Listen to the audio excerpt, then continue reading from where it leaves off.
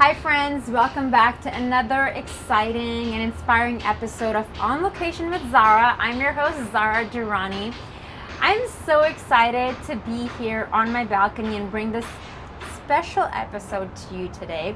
Our show is produced with the support of Tellus Story Hive, and the reason why today's episode is so special is all through this season, for the last 9 months we've been filming, you've heard me reference to Julian behind the camera, Julian off camera.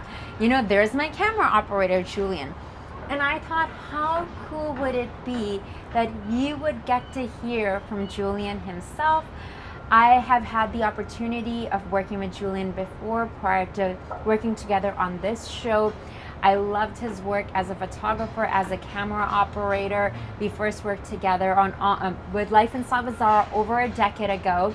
And then we reconnected at an event last year, and I knew we had to work together on a project because not only was I a fan of his work, it's his energy that he brings to each set, to each location, to each guest. Because when you're working on a film production, on a show, not only is it important that the person that you're working with is talented, it is about the energy they bring to you. And especially when I'm working on camera, it's very important for me to feel supported. And I'm just so grateful to have had this opportunity to work with Julian over these last 9 months. And I hope we're gonna work together on many more projects. And he's been a rock. He's just, wonderful young man, so talented. And not only his energy is beautiful, not only his work is amazing, he inspires me through his travels, through his adventures, how he shows up in his life for himself, for his partner. Julian Fok, thank you so much for joining. Zara, thank you so much. I'm so glad that was you're amazing. Here. And you speak so kindly, but I think the support that I feel from you and working together this past 9 months has just really flown by. And we've had so many great experiences. And I feel like, the break that we had, we worked together so long ago, as you mentioned, but the break that we had, we grew in separate directions, but to come back and see how much we've grown has been amazing. Completely. And, I reference to you and your work ethic and who you are and what you bring to the table. And to be quite honest, in my opinion, I don't think that is something that someone can learn in film school, or in photography school or anything. It's who you are. So like we do with all of our guests, instead of looking to the future first, I want to talk a bit about your journey. Mm-hmm. And I received your bio, but I want the audience to hear about your journey. Did you always know that you wanted to capture moments, capture people, capture nature? Because you have such a beautiful eye. I love your travel photos because there's something truly cinematic about your work. I kind of fell into photography in a way backwards. I started off when I was about 5 years old, actually. And it was something that, I was fascinated by cameras and the science behind it, how you could capture a moment, how you could travel and see the world and bring back memories. And it was something that I picked up when I was really young, but it wasn't something that I thought could be a career. Growing up as a, Chinese family, and my mom was like, you got to go to sciences, you got to be a doctor. And so I kind of focused on studies through my young adult life. And it was actually grade 12 when I really was interested in picking up photography again. But at the time, I just wanted to buy a point and shoot camera. I wasn't thinking of taking anything seriously or going to film school or anything like that. But I reached out to my uncle, who's my mom's brother, and he suggested that if I want to take it seriously, that I should save up and buy a digital SLR. And at the time it was, very expensive. I wasn't working at the time, but I committed to getting a part-time job, and I wanted to save up and buy this camera. And that really just set me on a trajectory where, I was a very shy kid growing up. I'm still quite shy and introverted, but I've learned to grow out of it. But the camera really helped me go to events, meet people, make friends on social media, and that was really what kickstarted it. And I took the camera with me to university where I studied kinesiology, and the camera allowed me to go to different events and meet people, and people would ask me hey, we'd love to get a headshot or a group photo, and I'd be like, yeah, sure, I was just trying to make friends at that point. But then people started to ask me, hey, could you do a headshot? How much do you charge? And I didn't really think anything of it, but doing the sciences degree, I was like, you know what, I think I like this lifestyle more than going into research or going into being a physiotherapist or something like that. But it was really the lifestyle that grabbed me. And looking back, photography's been this thing that I realized my memory is actually very poor. And if I didn't have these photographs, there's a lot of things, travel being one of the main ones, I wouldn't even remember that I've been to these places or seen these people. And when did the travel bug set in? Because since of course I've known you for much longer, but us working together on location with Zara, I have to say, you guys, you can be so, it's not often that you get blessed with a great teammate who, Julian was in a different time zone, jet lag, traveling, and he's in his hotel room editing. Editing not just one episode, but we had like 4 or 5 episodes just so we matched, met the deadline. And he's in his hotel room, and I know those are the kind of things that I normally do. I normally don't really meet many other people with the same sort of vision or work ethic, and I think it's that makes me go like, I can't wait for us to work on more projects together, because I feel like such a good fit, like yin and yang, because we're very different, but as teammates, as working on projects together, that's why it touches. I speak so well, and I'm not getting paid by Julian to say this. I'm just putting that out there. But I want you to know, because I think it's so important to acknowledge that when you have like a good teammate, someone who's working with you, because then you grow together. So let's talk a bit about traveling. Like, when did the travel bug set in? Because over the last 9 months, you've traveled almost every month. Like, whether it is going down to Washington or like Japan or like New York or Europe, you're like, and that's something I find truly fascinating.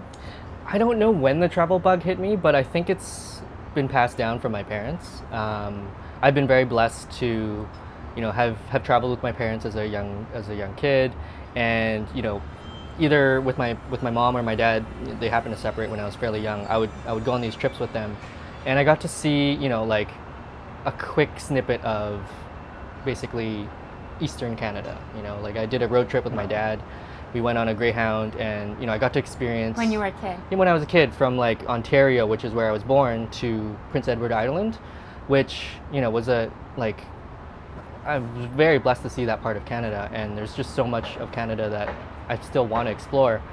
To another trip with my mom where we went to 4 different countries in Europe, and it was just like a tour group kind of thing. And I think that's where the bug came from, was my parents, and further even beyond that would be my grandparents. But for me now, it's about, I guess it is a little bit of finding novelty. I find we're blessed with beautiful British Columbia, and I find it's very nice to have BC as a backdrop for photography, but to keep inspired, to find different cultures, different ways of thinking, that's what inspires me to travel now. And for me, I'm trying to find a balance between setting my roots here, doing what I can while having constraints of, for example, COVID. You just have to work with what you have. But now that things have started to change, I kind of had to reassess my business, my photography, during COVID times. And one of the things that a friend of mine asked me, like, what would be your dream gig with photography? And I took a moment, and it was travel. If I could get paid to travel and continue to do photography, to share different cultures, inspire other people to see things from a different point of view, that's really what has solidified my goals in the past couple of years. And so, as you mentioned, Japan has been just a completely different way at looking at things. I've always had a fascination with Japan ever since I was a kid. My dad worked in Japan for a couple of years, and I always wanted to go visit. It never panned out, but now I'm fulfilling that, that dream that I had as a kid, and getting to explore Japan. And in a way, it's quite sad because it's a country in decline. There's more people wearing adult diapers than there are baby diapers. Like it's a really aging population. And for me, I'm visiting these 150-year-old soy sauce factories that are done the old school way. And this gentleman who's been doing it for his whole life, he has no child who wants to continue on the family practice. And so what's going to happen to that? And so for me, it's going to these places and tasting the foods, but also documenting and sharing those stories, because I think, it's something that's fleeting and is passing, and celebrating it, but also, like letting it go. Yeah. That's beautiful. And I did not know that. Thank you for sharing.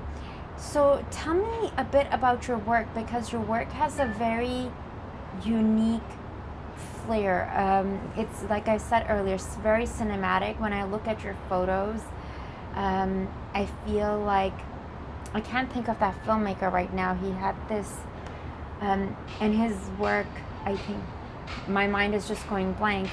I think they did a movie, something about a hotel, and the colors are very Wes Anderson? Yes. Yeah. Grand Budapest Hotel? Yes, yeah. voila. One of my favorite films. Okay. Yeah. So when I look at like your pictures and your work, it's very unique, and it's like even most recently, like you were going to some islands and you were in your cute little vehicle, like traveling and taking all these. It's not just like a photo, and I think it's the way you edit, the way you capture the photos. It seems to have so much more heart. So how did you create that? How did you decide that, okay, I want the audience to look at my photo and get this feeling? Like, where did that inspiration come from, and whose work are you inspired by as a photographer? When I first started off with photography, it wasn't something that I was really thinking about. I wasn't thinking about the message or the meaning or the feeling. And, I think social media, for better or for worse, it's in a way trained me in a poor way of, okay, what's going to get the likes? What's trending? What's now the music that people like to listen to for reels? It's like, where's your unique flavor if you're just following what everyone else is doing? And I get it, it's part of a game, you want some of those clicks, you want, that notoriety and whatnot. But I think the big switch for me has been stopping to care so much about what people think, which is very hard. But, I think that's been the most helpful part of creating this work that I care about. Because in the past I was just creating work that, what are other people liking, and for a commercial job, that makes sense. The client's gonna say like, hey, we want it to look like this, and you gotta make them happy. But if it's my own expression, if it's my own Instagram page, who cares? As long as it's not hurting anyone, as long as it's fulfilling what I want to fulfill. That's kind of the direction I'm taking. And one of the things that I really, have picked up on is, in terms of cinematic look, I find I haven't really had a good learning or education in photography. I was pretty much self-taught this whole time, and a lot of my inspiration comes from movies. Wes Anderson's actually one of my favorite filmmakers. So I picked that, right? Yeah. And Quentin Tarantino's another one. But I find I see movies in frames, and so I'll have, in a way, I kind of have a photographic memory like that, where a picture or an image from one of these films I'll just remember. And when I'm in the field, when I'm in Japan, for example, I'll have just this calling of like, oh, this is how I want to frame this shot. And I don't really consciously realize where it's coming from, but it is coming from all the things that I'm consuming in movies. And now that I'm actually starting to learn photography in Japan, we can talk about that more in a bit, but essentially I'm learning from other photographers who have already created the path, or created their own paths. And so now that I'm learning how they've done it, I can distill from that, what I want out of photography. That's beautiful. It sounds like a very intuitive process. It made me think a bit of totally different, but Bryan Adams, for example, doesn't know how to read music or anything like that, but he's like writing Really? songs. Oh yes. Didn't know that. And there's a lot of I remember I wrote a book as a ghostwriter, and I had to research interesting stories of like individuals that people would know. And again, my brain, this beautiful opera singer, he's blind, from Italy, from Milan, Okay. Andrea Bocelli. Oh, okay. So he studied to be a lawyer, and he even won a case in the court. But what really made his heart sing was singing. Wow. And so basically what you're describing to me is you get visions. Like one of my friends is a costume designer, and she's always, for as long as I know, been passionate about fashion and style and making women look beautiful. And what she would say is that when she sees someone, she gets images in her mind of like how she thinks they should look. So because when I view your photos, I get feelings, it's like like from your travels, or whether it's a paid job, but normally from your travels, like your photos from like when you're around the world, I imagine that to be from like a movie, it's not just a photo, but it's from a movie. That sort of vibe that I get, that it takes me in where I'm curious about, okay, what else happened? What am I seeing in this photo that is like, what is the story behind it? It seems to have more of a story, because I think photos should have, like a great photo should have like a feeling to it, that it's not just like a photo of like a beautiful mountain or a pretty girl or whatever, or a child, but what emotions is it invoking? I think that is a difference between just like a person with a camera to an artist. Yeah, absolutely. I think something I learned recently from my trip to Japan was from one of my mentors, Dr. Brett Erickson, and he was talking about how to add meaning or feeling to an image. And yeah, I'm definitely going to paraphrase, but to add feeling to whatever you're doing expression-wise, it could be painting, it could be photography, it could be dance, is you have to feel first, right?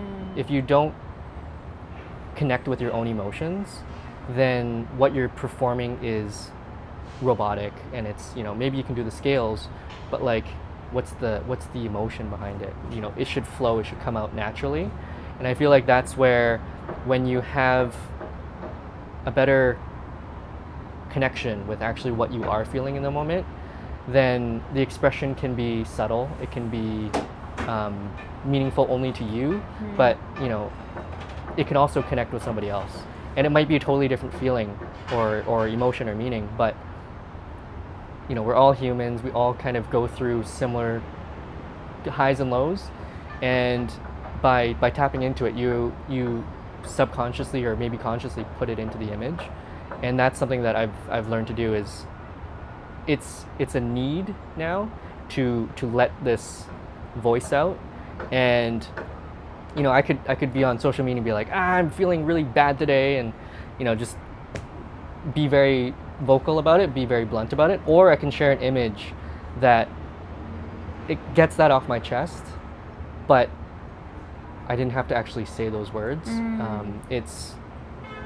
It's meaningful there, and if you're in tune with it, then you'll get what I'm trying to say. But if not, it's a pretty photo, hopefully. So let's talk a bit about your journey, because you've been working as a freelance photographer for quite some time, and then last year when I reconnected with you at East by Northwest, you were doing photos and some video content. Working as an artist, working as a freelance professional, it's a journey. We don't know where the work is coming from. It's a lot of trusting the universe, trusting and having faith in our own talent and abilities. And part of that is luck, but it's also meeting opportunity. And like I said earlier, like I know in film and television, people want to work with people they like working with, because especially when you're working long days, and if a project's gonna take you months on end like ours did, like I feel like so blessed that, you know, we were working together. We had never really worked in the capacity that we worked on location with Zara, but you know, I feel like through that project a friendship came out of that. Yet at the same time, I really got to see who you are as a person, and be, you know, like quite often you would be on my gratitude list, and I would tell my other friends, like this person that I'm working with, and you know, my friend who we interviewed, whose documentary that I was working on, and you know, I was just saying, okay, how can we bring Julian onto this project? What can we do? So my question is, how has the journey been like for you as a freelancer? And what have been some of the challenges, and then what have been some of the wins that you've had? Because of course, being freelancer, not having a salaried job with benefits, we have many benefits because we're doing this on like a Wednesday afternoon. But then when things like COVID happen, it's, you know, the people who are salaried, it's very different than for people like us. So I would love to hear how that journey has been over the last many years, and when did you decide to fully focus on photography, and then till now? I know that's a big question, but Yeah, just yeah. like I'll try to diving keep into all those that. pieces. Yeah. In terms of challenges, the big one that I've only been able to see over time, you know, like it's been about, how old am I? It's been about 13 years that I've been doing freelance full time. And So around the time we met then? yeah, that's Okay. probably around when I started. Okay. And you know, when I was first starting out, it was like, okay, I need to make this a living, right? I need to make X amount of dollars a year. I need to, you know, get these clients. I need to da da da da da. And okay, you know, I was starting to get there. And then the next year's resolution comes by. Okay, all right, I gotta make more money. I gotta work for bigger clients. And I, you know, like, yeah, okay, starting to get there. And then, you know, I had a really good year, and I was like, I'm nailing it. I got it. I've made it. You know, now I got to make bigger goals and make more money.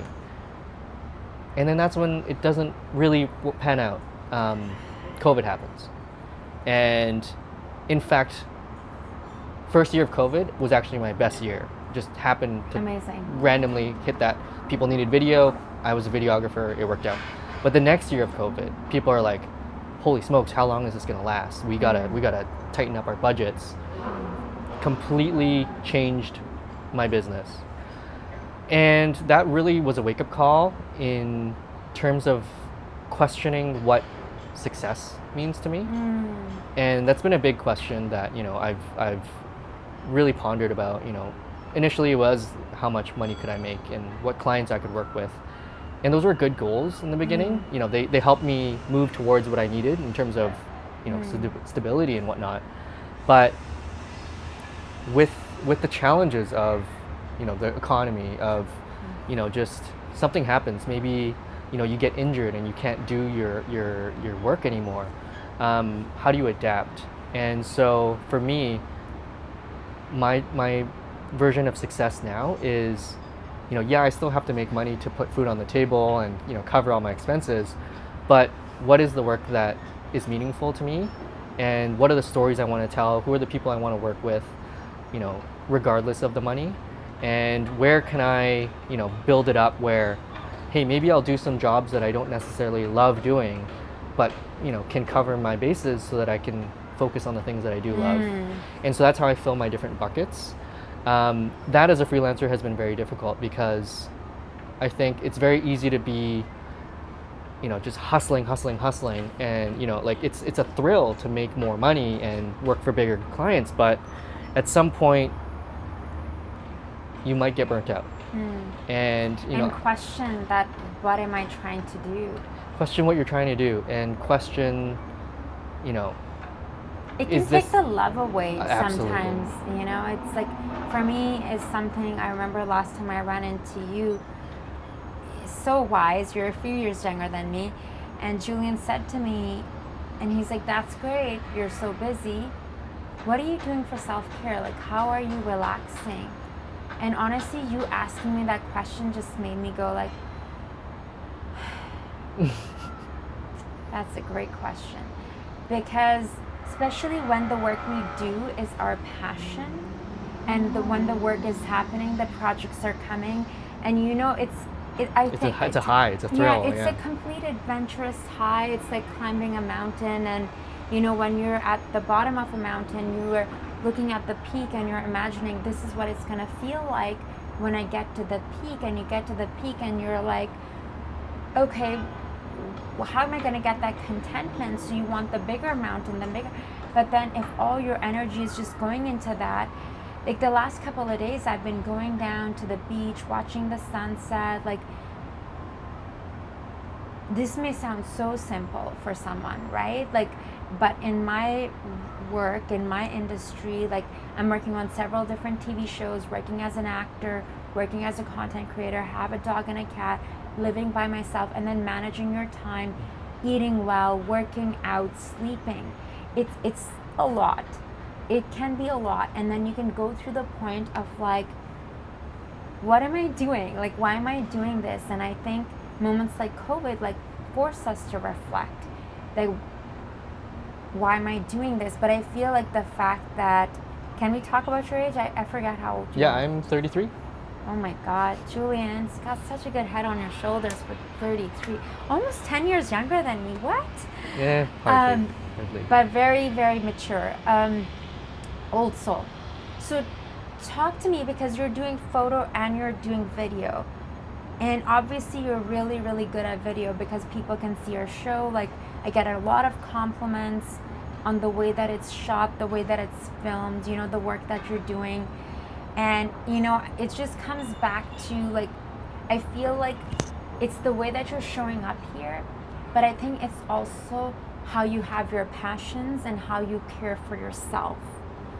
You know what I mean? Like, I've worked on other shows, and there's another camera operator who's so lovely, like great in technical work. But it's the attitude and the energy that you're bringing to set, that you're bringing with your client, that you're bringing with the talent on camera. If your attitude is rotten, you could be the best person at your job, but if people are not enjoying working with you, it just affects everyone around you. So there's obviously something that you're doing right that I would love to hear, that I'm sure someone who's not a photographer could be in anything. Because obviously there's some element of self-care that you're doing that I would love to talk about. The way that I find self-care and, you know, how I blow off steam, how I recenter myself, is my martial arts.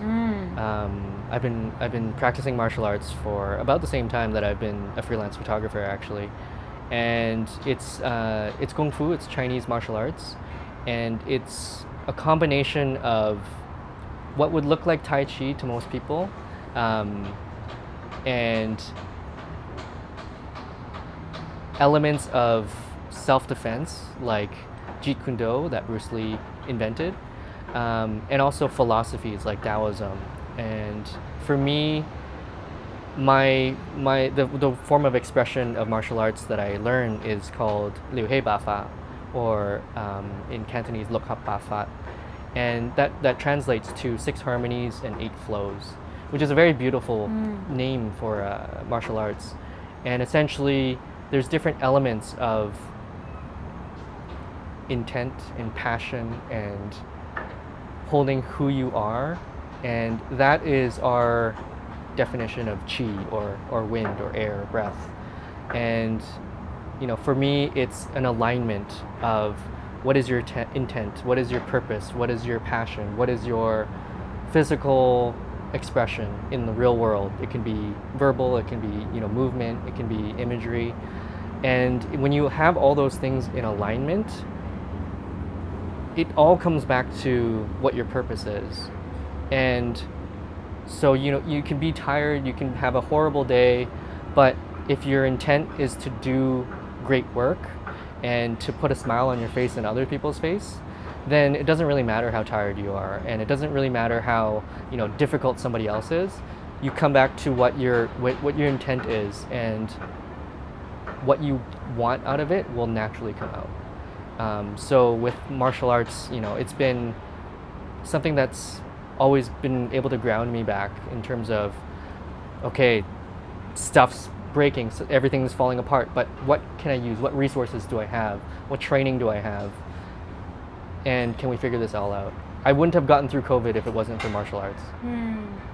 It's the self-care, the physical component, but also the spiritual and internal training the mind, which is so important. Yeah, I feel like that's the consistency in your energy and how you've showed up. I know there were a few days, I think there were about 2 days, but one in particular, I think there were 2 interviews, and one in particular that I was like, I was very nervous, and Julian came in and he's just like, okay, breathe, what do you need? You're just, Eat, you're, have lunch.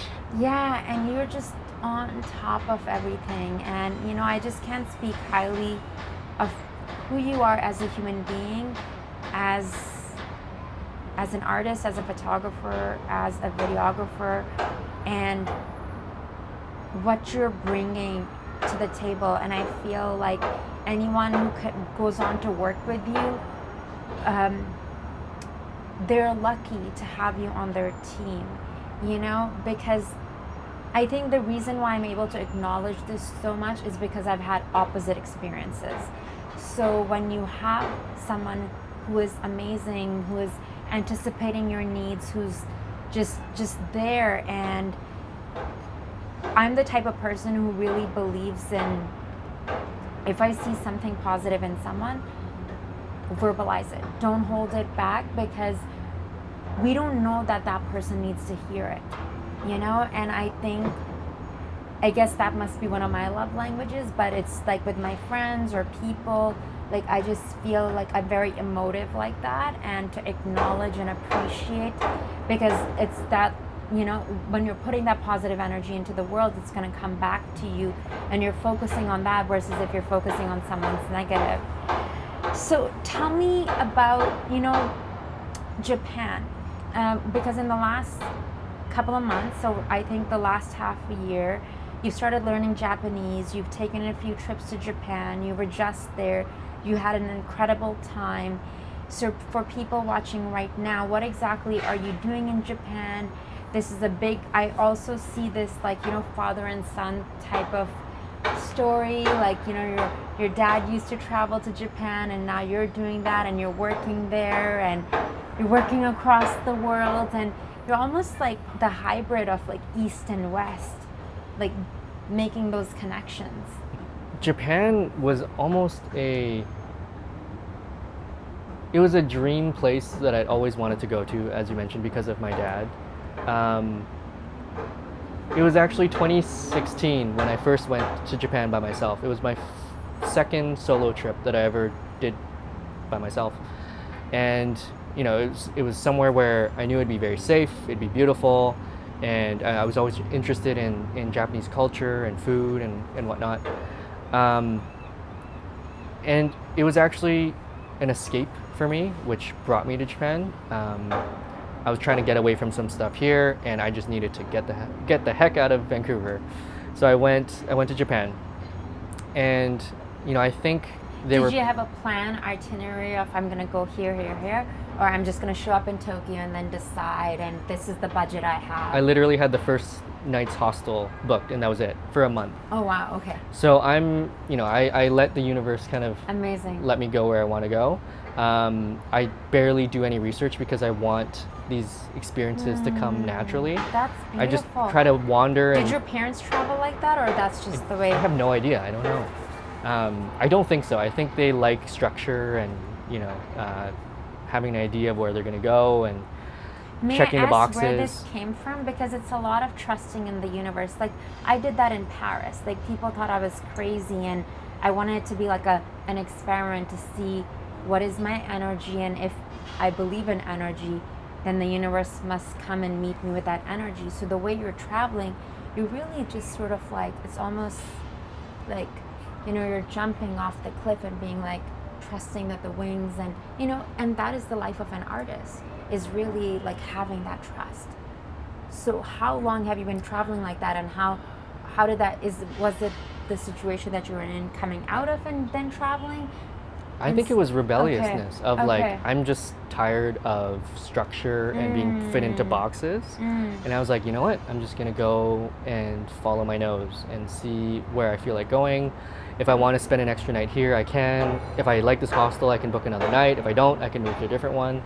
And I just like that freedom. It's a lot of like being in touch with your body, with your vessel, and almost, I don't want to use the word forcing, but almost tuning into how are you feeling. Like something you said earlier about what you learned from your mentor is that if you're not feeling, you can't bring that into your work. So it's almost you're challenging yourself to feel and then go with that, instead of making it such an intellectual, like 2 days in Tokyo and then we're gonna take the train over to Osaka and we're gonna Exactly. exactly. Yeah, there was goals in mind. I wanted to, I needed to check the boxes. It was my first time going. I needed to see different places, but I also just wanted to see what Japan had to offer. One of the boxes that I really wanted to check off was to climb Mount Fuji. And back in 2016, it was actually the shoulder season where you're not supposed to climb Mount Fuji. But one thing led to another, and I climbed Mount Fuji. And were you prepped gear-wise to climb?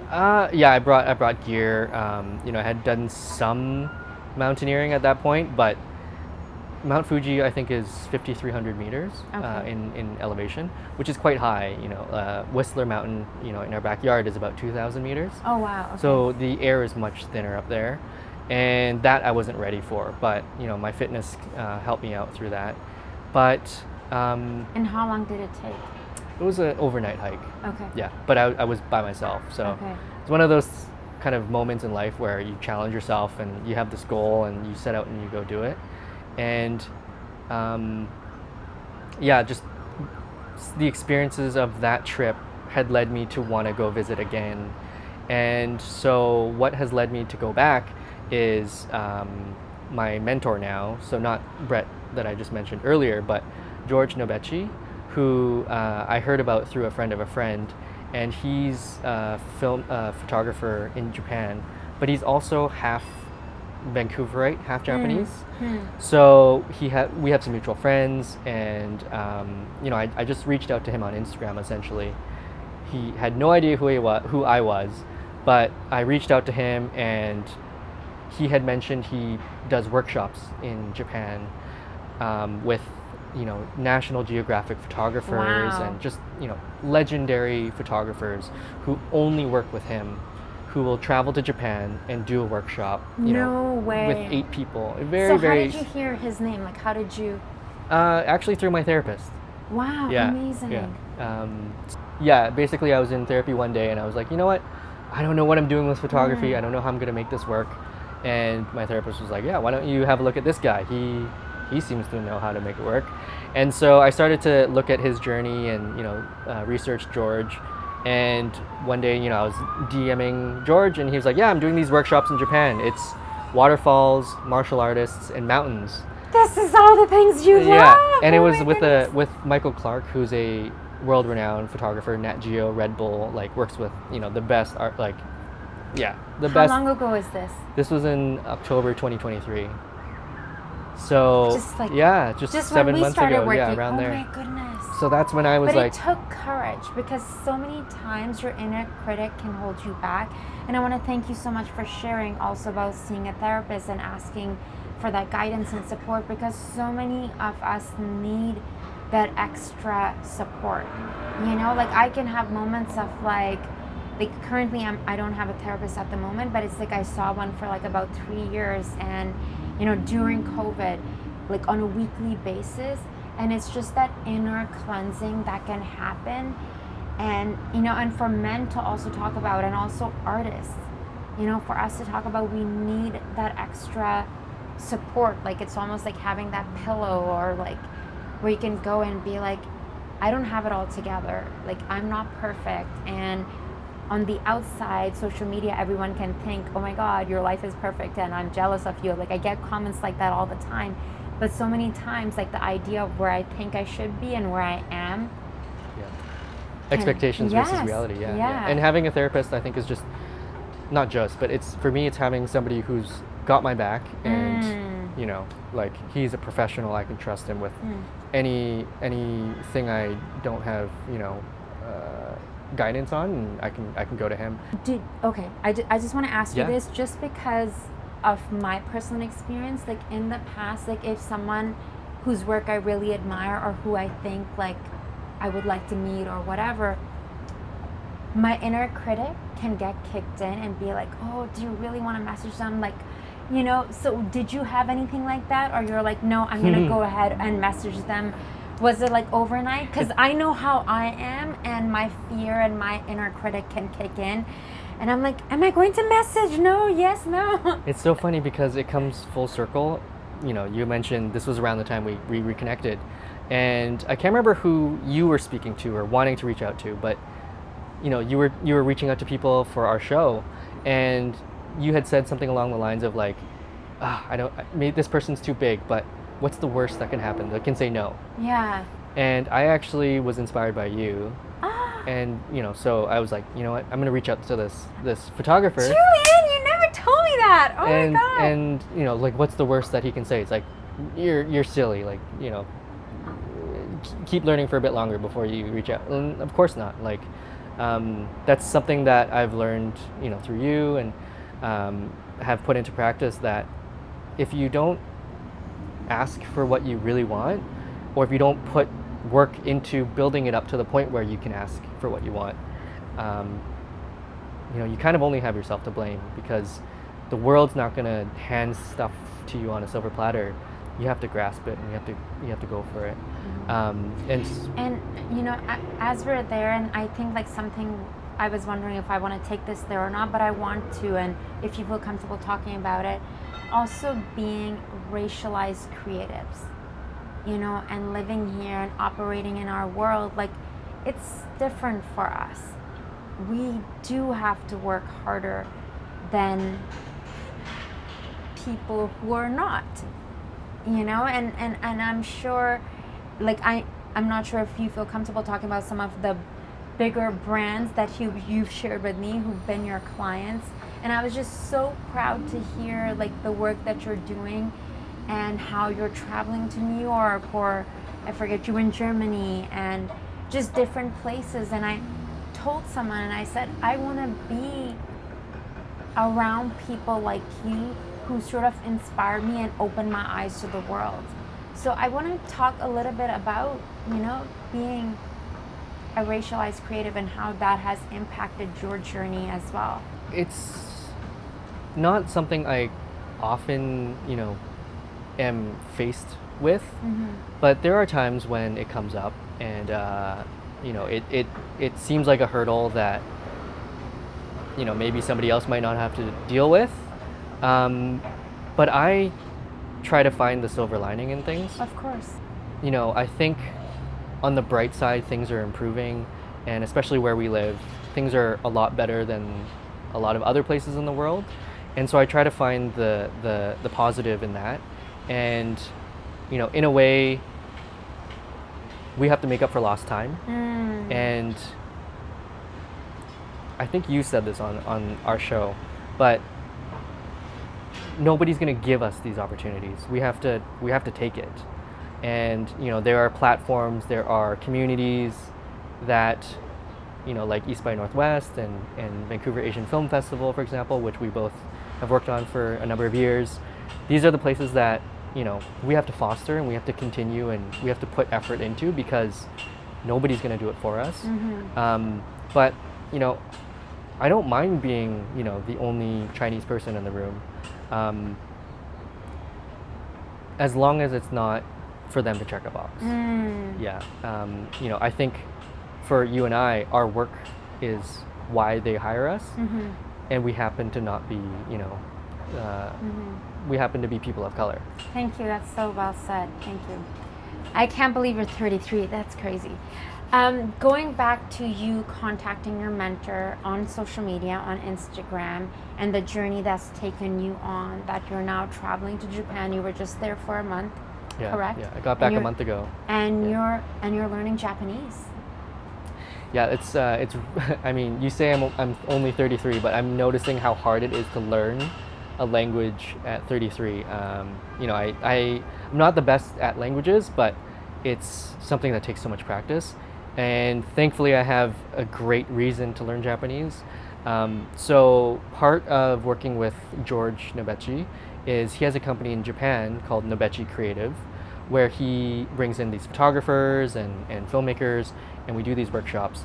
And for me, how I reached out to him at first was I wanted to be a part of these workshops. And so I offered to do videography for him as a barter, essentially. His workshops are very exclusive and you know, very limited in how many people. That. You're I pitched it to him. In person or social media? This was on Instagram. Oh my goodness. Yeah, he's like waterfalls, mountains, martial artists. Listen up, folks. Listen up, creatives. And I was just like, oh my gosh, George. Did you say something like, would you be open to that? Would you be open to me doing videography so that I could be a part of this workshop? So did you like immediately send it, or did you like let me think about this, or you're like, okay, now it's the message is sent. Ah. I pretty much like a message was sent, Yeah. and he's like, yeah, that sounds great. I'll pay you enough for a flight from Vancouver. So basically, I got to travel a month in Japan, pretty much all expenses covered, and you know, flight covered. And you know, I was working. I was doing videography every single day, but I was getting an education. I was learning from Michael Clark, and you know, I didn't really realize this, but you know, having a conversation with George over some sake, he was like, "What do you want out of photography?" And you know, going back to my friend's question of the same thing, I was like, you know, I want to travel. I want to keep working as a photographer, whatever way that looks like. And George said, "That's too vague. That's not concise enough. That's not on the point enough." And you know, kind of that was the moment where, you know, the sake was just right and everything kind of aligned. And you know, I was like, you know, George, I would really like to work with you. You know, however I can make this work so that I can come back to Japan and travel and do photography, videography, learn from all these photographers and network with people. He's like, okay, cool. You've checked all the boxes. You just need to go home and learn Japanese. So he's like, this is go here home or in Japan? We were having dinner in Japan, and then Okay. so I came back, signed up for Japanese lessons, and as of last month, I'm officially part of their team. Yeah. I'm so proud of you. It just really shows, you know, the importance of perseverance, yet at the same time taking the risk. Make the ask. You know, make the ask. I know, like, there's so many times I pitch myself for potential clients, or whether for content creation or for consulting or whatever, and every time, because we're artists, like, our ego, we all have it, is like, are they going to say yes or no? Does it mean I'm good enough? My work is good enough? No. Do I want to put myself out there? But, you know, one of my coaches, Vince, who we've had on the show as well, he said, you know, the more you try, it's a numbers game. And you put yourself out in the uncomfortable zone. You know, you took that risk. And now you're reaping the rewards, right? Like, if you didn't do that, and you're doing so many exciting things, like you're pushing yourself out of your comfort zone, because the beauty, the gift is not going to come from when we're just like, okay, I'm just going to go with the flow, which is great. Like, there's times for that, but we have to put ourselves out there. That inspires me. That's really remarkable. Thank you. Yeah. Thank you. Yeah, I think kind of going back to the whole martial arts thing is, you know, what's my purpose, what's my intent, and then the actions just happen. You know, not to say that like they're not thought out and not planned or strategized. You've already put in the work. But everything makes sense. Everything, as you say, yeah, you put in the work, and it's like alignment, and it just like, yep, that fits. And for me, I feel it in my gut, and it's like, yep, this is, you know, you're all in and you make that move. That's beautiful. That's really beautiful. Your work ethic, I want to talk about that. Where does that come from? Your parents? Guess so. I feel like perfectionism has been something that has been a balance in terms of, I need to do a good job so that the client's happy or that I'm happy, but there has to be an end date to it. You can edit forever, you can polish forever, but eventually you have to share it with the world. And there's actually a book I read a long time ago, Show Your Work, was essentially Show Your Work. Okay. It's a very short book, Okay. but it's I'll have to look it up. highly I haven't recommended heard to of it. any Yeah. creative. But essentially, Yeah. if you don't share your work, it doesn't really exist in the world. Let's say that can be social media, that can be putting up your work in an art gallery. But I think part of my work ethic is I like to sprint and I don't like to marathon. So I can work really hard on a project, like you said, in Japan, it was like 2 a.m. or 4 a.m. and I was just like, you know what, I'm gonna just rip this out. And I know, I've done enough reps to know what is necessary, but it's like, I'm just gonna work really hard and then I can relax. And I think that's part of the topic of, taking care of myself is if I sprint, I can find gaps to relax, and that's part of the beauty of freelancing. Is you can set your own schedule, you can say no to clients, you can price yourself out of clients, and I just find that I need those moments of rest so that I can sprint. That's the way that I like to work and naturally work, and I find now if I can sprint and have an end date, then it's going to be as good as it can get, and I can just put the perfectionist to bed a little bit, because it's due and it's due. And I think it's part of it is you have to self-impose these as well. And the self-care, like one of the things that I'm working on is like no evening messages, and I really had to work so hard on that because I've had clients in the past. I used to live in Paris, someone messaging me or calling me at 1 a.m. Paris time. And the people-pleasing part, like I would take that call because they were in Australia and I'm here. Our time zones were just so apart. Or even clients in Vancouver who on a Sunday evening are texting me at 9 o'clock at night. And part of that also includes that over time, I will get like a personal number. So after a certain time, like 5 o'clock, 6 o'clock, work phone is away. It's down, and we have to do that for our mental health and sanity. I want to talk about some of these fabulous brands who've been your clients, like Chanel, Omega, and Fujifilm, and what was it like having them as your clients, and then who would be like your dream client? So I think part of my business plan at first was when I first started out, it was like, okay, I was kind of doing all types of photography, picking up any baby shoots or dog photography sessions. I was doing everything, and again, coming back to what I wanted out of photography was the lifestyle. And so my goal was, okay, I wanted to make a certain amount of money, but I wanted to work bigger projects that would pay more and would end at a smaller kind of duration so that I could work really hard and then relax, go travel, blah, blah, blah. That was the dream. And so I had this idea of like, why don't I work for bigger companies that have bigger budgets? The responsibility, the stress is definitely going to be bigger, and how you get your foot in the door is another big challenge that I won't have enough time to get into today.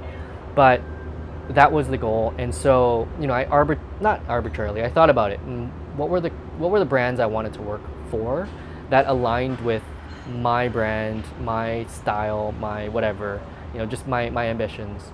And I definitely have a taste for nice things.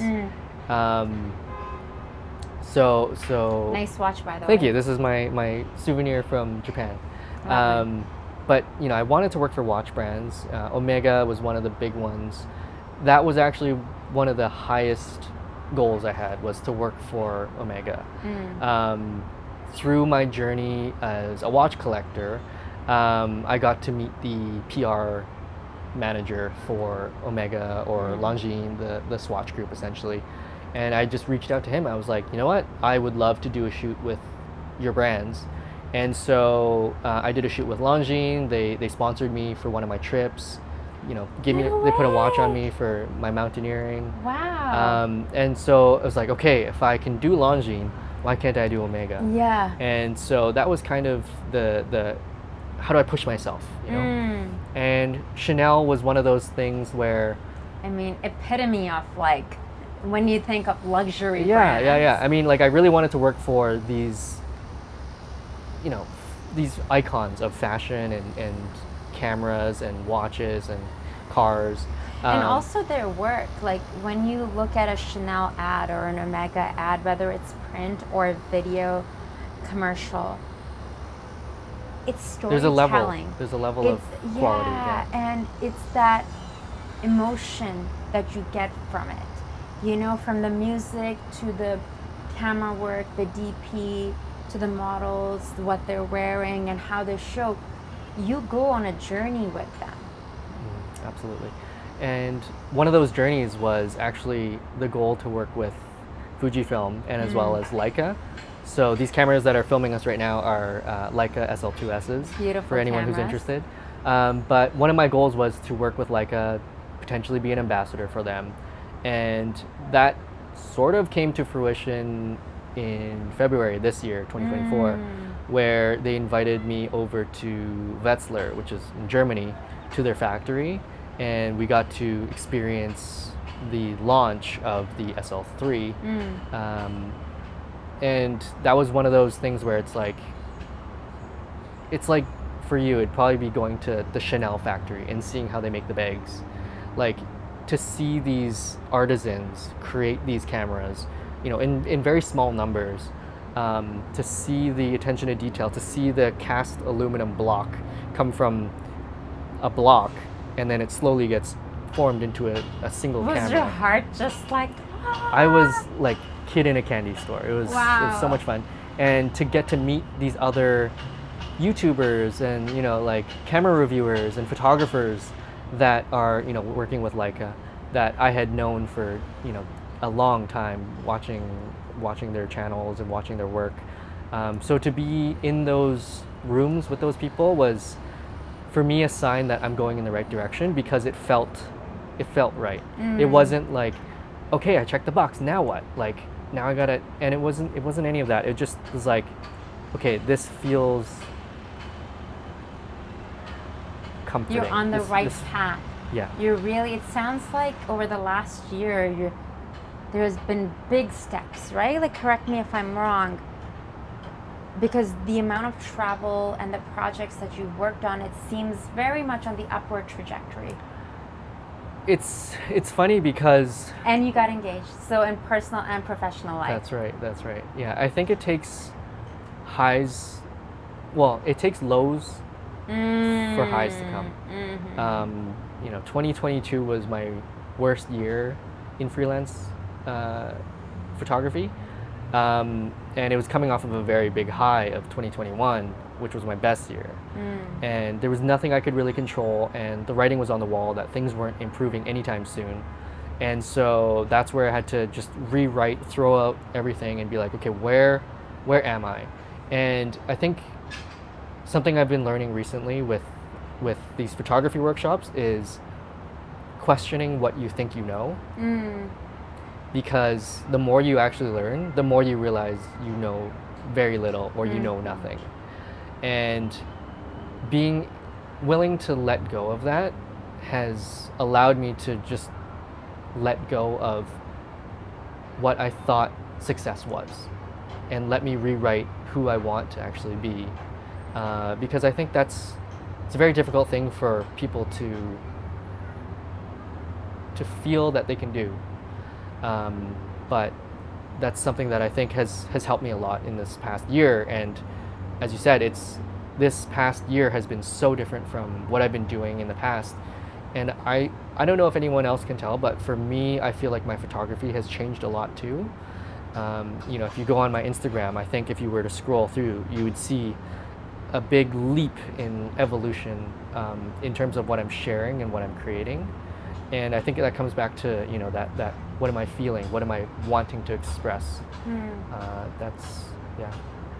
So what does success mean to you now? I think I touched on it briefly, but it's where you have an alignment of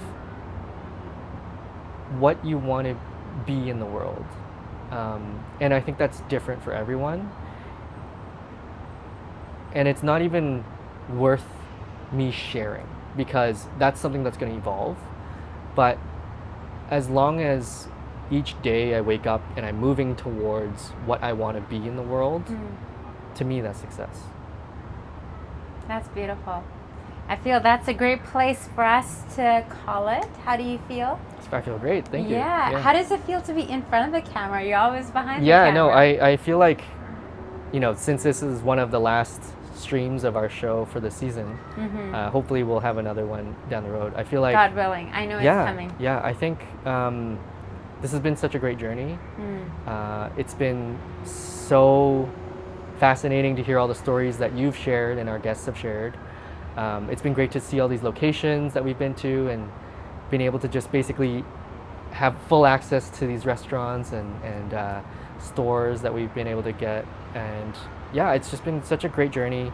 I've learned a lot, technically with the gear that we're doing, and doing a live stream was something fairly new as well. So yeah, I think it's been a great full circle experience.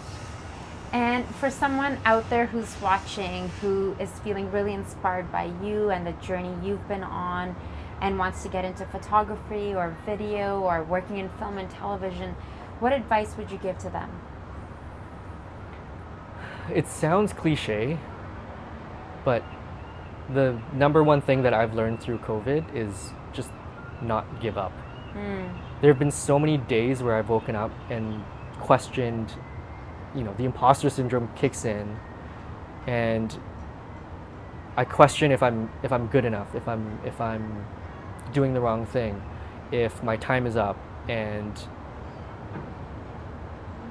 that's something that I can't necessarily control. I can't control when the phone rings for the next job, but what I can control is perseverance and working towards what my goals are, what I want to produce. And that doesn't have to mean working with clients, working with, getting paid even, but to continually try to improve yourself in whatever you're doing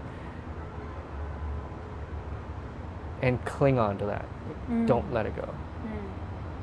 It's doing work that makes you come alive, connected to the heart. Julian Fok. Am I saying the last name right? But I don't know if we're allowed to say it properly because it'll sound like a swear word. Okay, got it. Copy that. Julian, it's been such a pleasure, and it feels so insightful for me to have this conversation with you. Likewise. Because even though we've had bits of this conversation, like while setting up, while tearing down, or, it's like a lot of times it's like we have one shoot day, we do all of our interviews.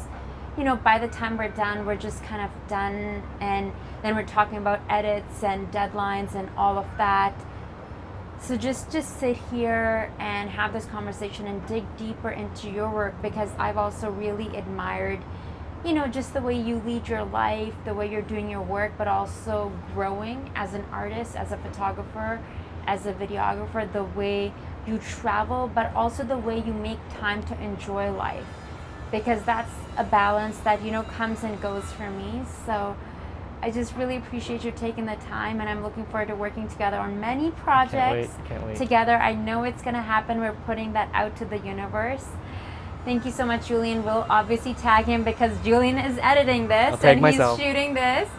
Yes, exactly. And thank you all for watching, for tuning in, for supporting our show On Location with Zara Durrani, produced with the support of Tell a Story Hive. We'll be uploading this, as well as on YouTube, but you'll watch it on Telus Optic Channel 9.